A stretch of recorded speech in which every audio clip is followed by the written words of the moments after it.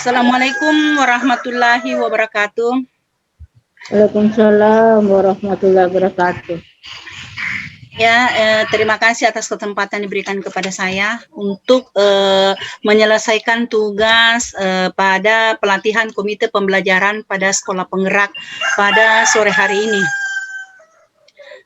Baiklah, saya akan mempresentasikan tugas saya yang mana di modul itu yang kita dapatkan ada beberapa. Yang saya angkat di sini adalah memahami prinsip asesmen.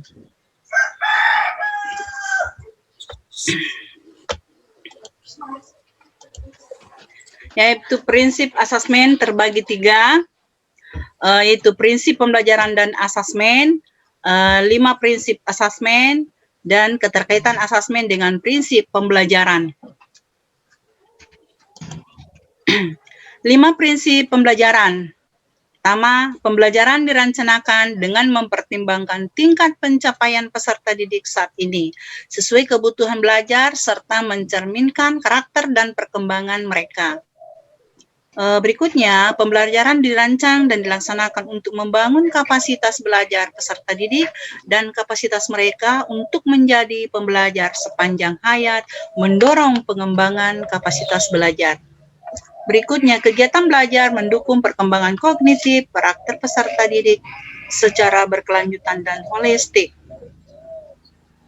Yang keempat, pembelajaran yang relevan, yaitu pembelajaran yang dirancang sesuai dengan konteks kehidupan dan budaya peserta didik, serta melibatkan orang tua dan komunitas sebagai mitra. Yang terakhir, pembelajaran berorientasi pada masa depan yang berkelanjutan. Nah, kita lihat ada 5 prinsip asesmen. Yaitu, asesmen merupakan bagian terpadu dari proses pembelajaran, memfasilitasi pembelajaran, menyediakan informasi sebagai umpan balik untuk guru, peserta didik, atau orang tua. Kita lihat rangkaian asesmen, dari asesmen ke perencanaan pembelajaran, kemudian kegiatan belajar adalah suatu siklus yang berkelanjutan.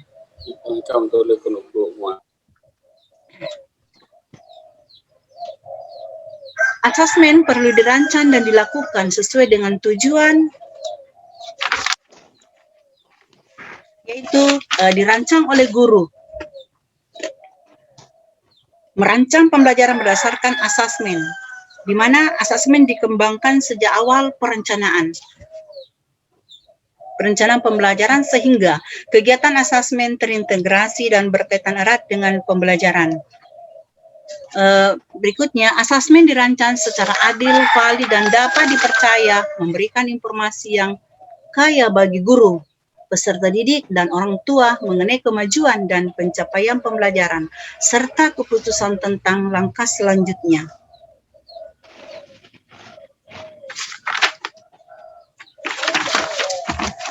Nah, asesmen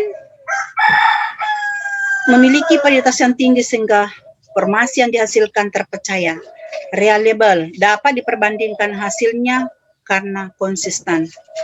Berikutnya, asesmen sebaiknya meliputi berbagai bentuk tugas, instrumen, dan teknik yang sesuai dengan tujuan pembelajaran ditargetkan. Guru diberikan otonomi yang luas dalam merencanakan dan menggunakan jenis dan teknik asesmen dengan mempertimbangkan karakteristik mata pelajaran, karakteristik dan kemampuan peserta didik, capaian pembelajaran, tujuan pembelajaran, sumber daya pendukung yang tersedia.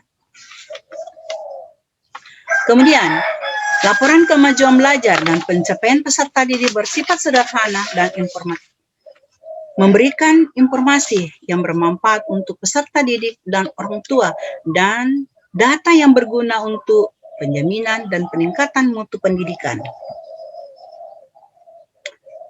Dari hasil penilaian memberikan makna yang relatif sama untuk semua mata pelajaran. Laporan kemajuan belajar mengacu pada ketercapaian kompetensi berdasarkan hasil asesmen formatif dan sumatif. Asesmen mudah dipahami dan memberikan informasi yang utuh bagi orang tua. Asesmen juga harus menjawab kebutuhan peserta didik akan umpan balik yang memotivasi untuk mengembangkan diri. Berikutnya, keterkaitan asesmen dengan prinsip pembelajaran. Pembelajaran dirancang dengan mempertimbangkan tingkat pencapaian peserta didik saat ini sesuai kebutuhan belajar serta mencerminkan karakter dan perkembangan mereka. 2. Pembelajaran dirancang dan dilaksanakan untuk membangun kapasitas belajar peserta didik dan kapasitas mereka untuk menjadi pembelajar sepanjang hayat. Ketiga, kegiatan belajar mendukung perkembangan kognitif dan karakter peserta didik secara berkelanjutan dan holistik. Pembelajaran yang relevan, yaitu pembelajaran dirancang sesuai konteks kehidupan, menghargai budaya peserta didik, serta melibatkan orang tua dan komunitas sebagai mitra. Pembelajaran yang berorientasi dan masa depan yang berkelanjutan. Itulah tadi pemaparan dan yang saya sempat bawakan pada hari ini.